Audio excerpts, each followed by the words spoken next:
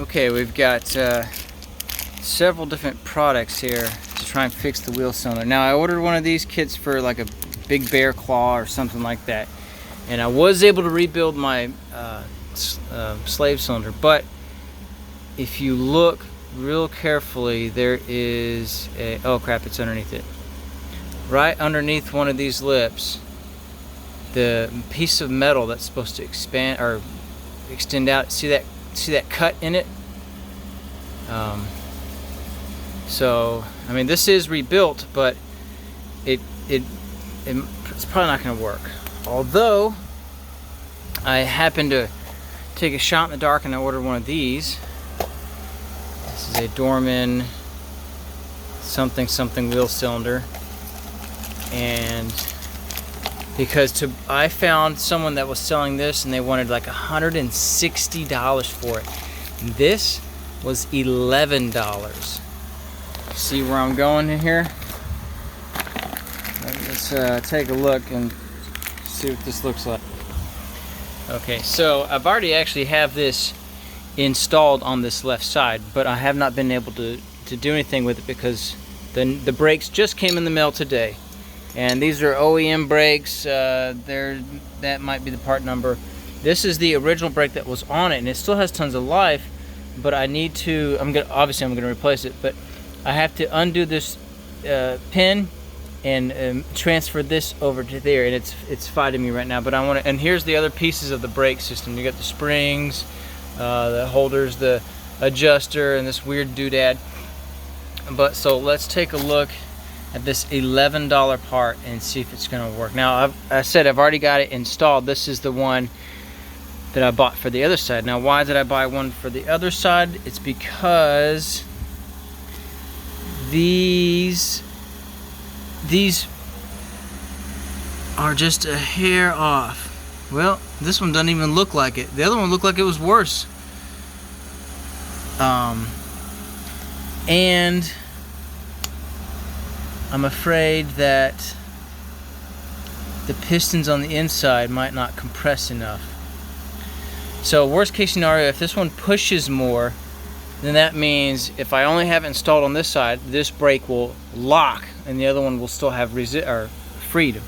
So when in doubt, I'll replace this on both sides and see if I can make them both lock up at the same time. But for right now, I almost kind of want to retest this one. So the only fitment problem between these two is one, it doesn't have, this one does not have this, I guess it's like an air port or something. It just connects the two cylinders and there's nothing going to it. But if you look at the mounting screws, there was one issue that I faced. These mounting screws are just 1 millimeter closer than these. These are just one hair out. So all I had to do to fix that was grind the hole just a little bit to allow this one to be accepted. Alright, so enough talking about the wheel cylinder. So anyways, it was $11, and if it works, hallelujah, we're gonna take it. So right now I'm going to switch these pins out, finish pulling the disc off, and then I will show you how to reassemble all the pins and the clips, and then we're gonna function test it on camera and see if it works. So stay with me. Okay, a hammer, flathead, and knocking that pin out, it seemed to have worked. Well, it looks like there is a tiny washer on the back side, and then we'll separate that from that. Now let's clean this up and reassemble it onto here, and then we'll move on. Okay, we got that transferred over. So it went on easy, but you make sure you squeeze that, pinch that little area there to bring that together. And this will go, let's align this groove. This is up and down ish. That hole goes through there. Just making that come up there. Oh, okay. Actually, let's hook the e-brake cable in first. Pull that out. Bring that up over, come on, and through. It looks like, come on, let's just do it like this. There it is. And then twist that up. And then we're gonna push that pin through there, that flat side up into there.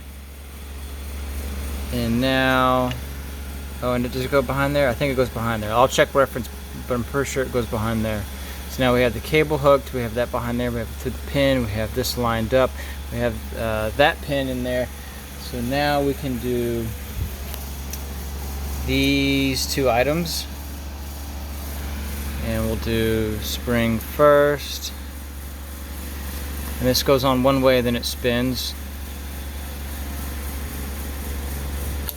And then spin it. Alright, that is locked in. Then let's do the other brake. And I believe the orientation goes larger side down, hold them toward the top, and then, oh, let's twist this. There we go. Hook the bottom, pin goes through, hook on the bottom, and then align that. Uh-oh.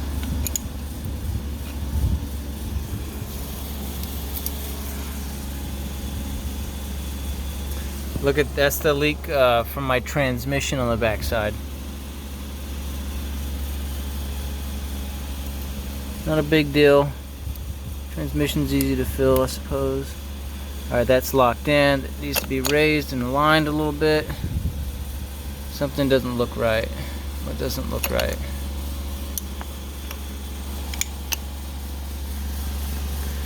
Okay. Now let's, it still looks a little bit off. I think that there's a lip on the backside that I'm either not resting on or something. Or maybe this one's too, look at this one's lower, this one's higher. So let me get all that squared away, but let's move on to the next part, because we want to put this in here before we get too far out. And I believe the orientation from the original, at least mine was this was pointing to the right with the clip on the back side. And then we will do this spring and those, I think. So let me get this in here. Yeah, see, I need to, I'm gonna set the camera down and then push that pin into there. Okay, so I'm going to bring this down to 0, but make sure that black tab is over these things. That way it'll hold it in place. So now this doohickey threads into these outer triangles, but I have to thread it through here first, I think. Bear with me on this. We're gonna figure it out together. So it goes through there, come right down here, and then we'll flip it up. And then I'm gonna have to set the camera down to see one in that tab, and then okay. So I'm gonna do this off screen, but it's just gonna snap into there, and then our last spring will go on these bottom two. Oh, you know what? I think this spring might need to be on the inside, and then it's gonna hook to there and to there. Let me do that real quick and figure that out, and I'll be right back. Okay, I managed to push the top pins in and the bottom spring and zeroed this. It does seem kind of like it's binding on the disc up there. I mean I can still spin it, but you have to kind of push down, and then it relieves some tension. So moment of truth, let's put the drum back on it and see if it functions. Maybe even I'll set up like the brakes on this side, so I can't, maybe let me push the brake and see if it moves while holding the camera all janky. Actually, let's do something really bizarre. Let's put our foot down here. Oh well, I don't have any fluid in the system, so no big deal. I did all that for nothing. Let me reassemble this, drain the fluid, bleed the fluid, and then we're gonna test it out, man. Hopefully this thing works. If not, then I have semi-repaired the original one. We'll put that one in, but hopefully this might work, and instead of rebuilding all this, we can just drop $11. Okay, let me bleed the system. Well, to bleed the system, all you have to do is loosen this bolt right here, and then just keep putting fluid into the thing while pumping it. And so I'll catch you up here in a whole minute. Okay, so I've got this. I got it zeroed. I've got that on, and then this. Here's the moment of truth, and it goes right on. Okay, but pro tip: I just fought with this off camera, and here's what happened. I could not get the plate on, so I made sure I triple zeroed this, and you can see how zeroed it is. And then I squeezed from both ends to compress the spring that's in there, and then it still wouldn't fit, but it just kind of looked offset. So I came down here and I bumped this up and I bumped this up, and then it kind of zeroed within the circle, and then the plate went boom right on.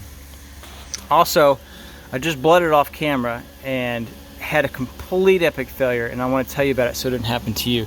So this piston on this side, it was actually not in flush, it was cattywampus, and it was pulled out. And so I just bled over there, and then I heard a bunch of fluid dripping, and I came over here and all the fluid was dripping out of this and just made this huge mess over here. And then I overfilled the freaking thing over there and made a huge mess over there. So anyways, I'm pissed off right now.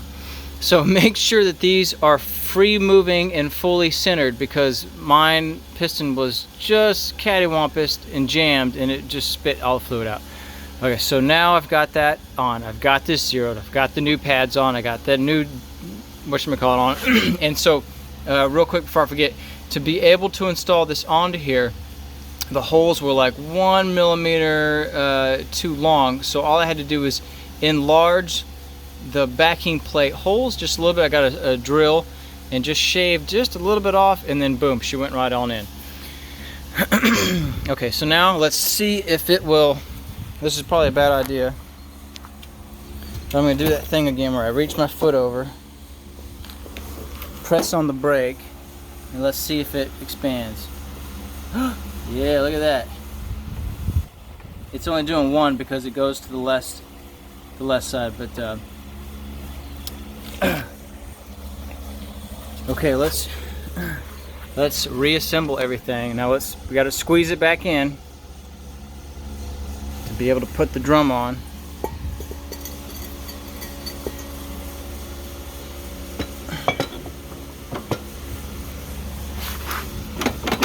And I gotta set the camera down, but you have to really. Okay, I've got everything back together. Everything's functioning fine, but when I hit the brakes, it's just very slow to stop. So I'm going to increase the settings. So if you look in there, you'll see the stroker. Man, this isn't going to be impossible. Maybe.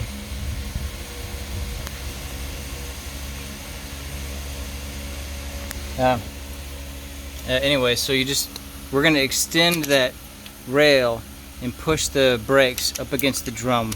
We want just the hair of the slightest drag, and that way when I hit the brakes it'll have max force, because I want this bad boy to like lock up and stop me on a dime and stop me going down hills really good. So you just keep cranking this until you can actually see it expanding in there. So so right there, so we just went too far. We need just a few clicks back down. Okay, there we go. Now we'll do that to the other side.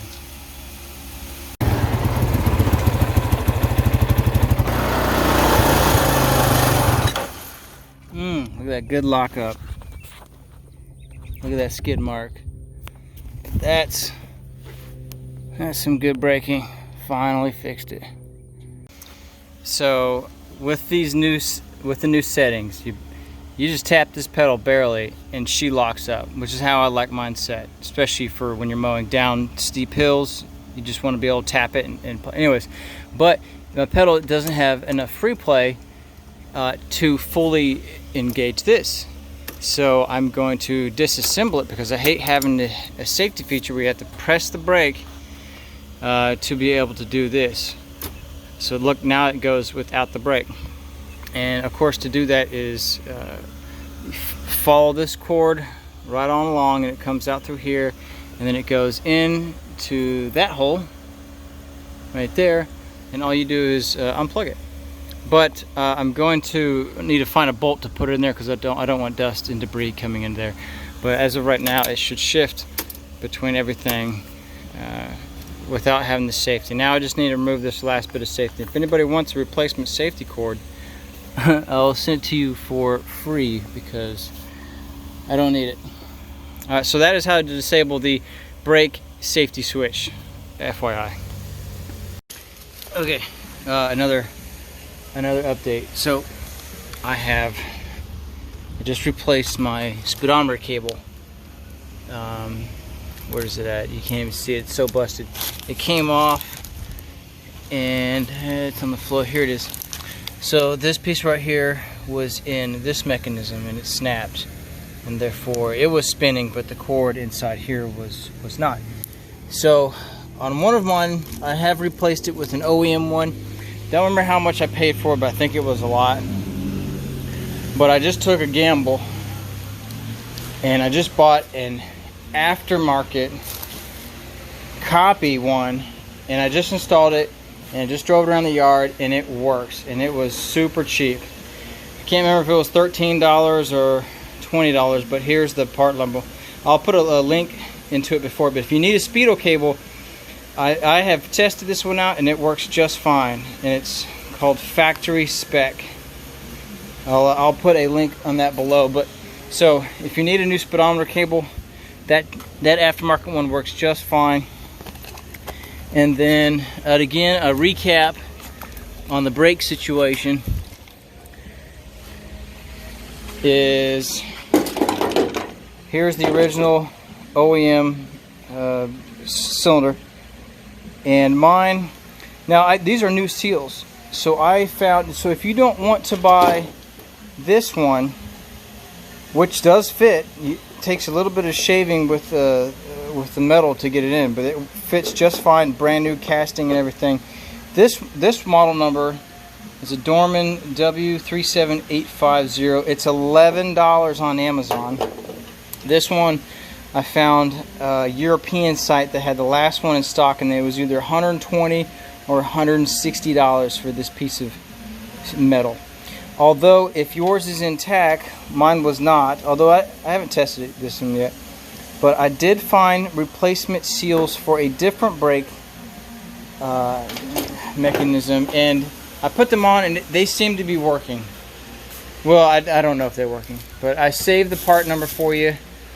I've already lost the packaging, but I'll post that link below. So if you want to use your original one, if you don't want to upgrade to this $11 one, I think these seals that I just put in here, they look like they're going to work. And they were like $15 or $17.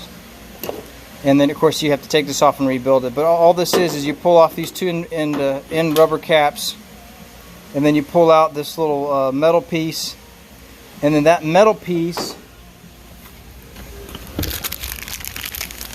this is not it. That metal piece will look something like this, and right on that little thick insert will be that O-ring. So you'll have to replace that O-ring and then the outer one, and then that's it. You've rebuilt that. Although you do need two sets so you can do each side. So I went and bought a whole bunch of items. I went and bought 2 different wheel cylinder rebuild kits because they came with 4 sets of 1, 2, 3, 4 of O-rings, and the whole kit was cheaper than piecing together 2 single kits, because they only sell them as 2 O-rings. You need 4 total.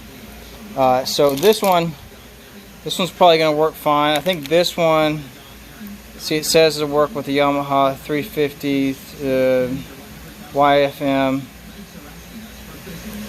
but this was on eBay for $32. I believe that one should work too. So this kit can rebuild this, or you can buy 2 of the $15 individuals. That'll rebuild this, or just throw this $11 Amazon one in here, and it works just fine. And of course, we also deleted our brake safety switch for the reverse mechanism, because that's a pain in the butt. And then the new Speedo cable, I'll put a link below, but I think it was like usually $12 or $17. It was very affordable, and I was able to get it all hooked up. Thanks again for tuning in to the little Yamaha Terrapro. I've already parked it back outside, but if you want to take a look at the Jeep real quick, Jeep's running real good. Just redid all the front end pieces on it, the steering links, the drag links, rebuilt everything. This thing, when I hit a pothole going 15 miles an hour, it would shake so violently I was almost bouncing out of the seat. So a whole bunch of cheap steering components, and now everything is real tight on the Jeep. It's looking real good. Scout's running good too. And then I just restored that little weird looking bicycle.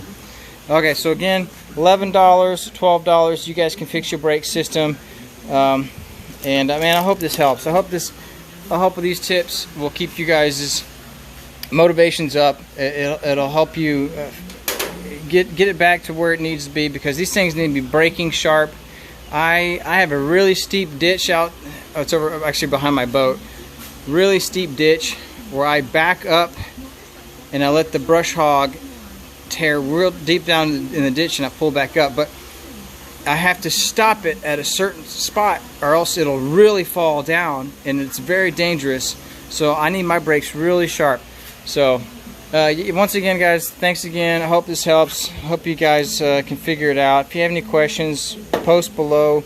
Maybe I can help you out, but it's pretty much the same. If you watch how to replace any drum cylinder on any car, it is the exact same steps as that. And the one thing I did not do, actually, and I need to go back and fix it. When I took the original wheel cylinder off, they had put a bead around it of caulk or sealant or something. And if you look at the 2 openings of this one completely fills that hole up, and they just had a little bit of caulk. But look how skinny this one is. So this one has a lot more gaps. What's wrong with the gaps? Well, that's where all the mud and the water and humidity and whatnot come through. So I need to go back one day and really caulk that in and seal it up really good. And here is the original brake that I pulled off there, which has been coated. So what the problem is, when these things get so soaked in that brake fluid, the other disc, it loses it as its adhesion to the metal, and the whole braking material just falls off. So I could have kept this one in there, but it could have fallen off in a day or two, and I would have had to do the whole thing over again. So we're going to trash that. If anybody needs the reverse brake lockout safety mechanism, you can have it for free. Give me $5 for shipping. But honestly, you don't want this. It is so much nicer to have this deleted. And the only reason I think you want this on there is so you don't, if you're not an idiot and you're going like 30 miles an hour and you slam it into reverse, then you screw up your transmission. That's probably what it's for. But as long as you don't go 30 miles an hour and then slam it in reverse, just get rid of this piece of crap. Anyways, that's it, guys. Thanks again, and I hope this helps. I'll see you guys later.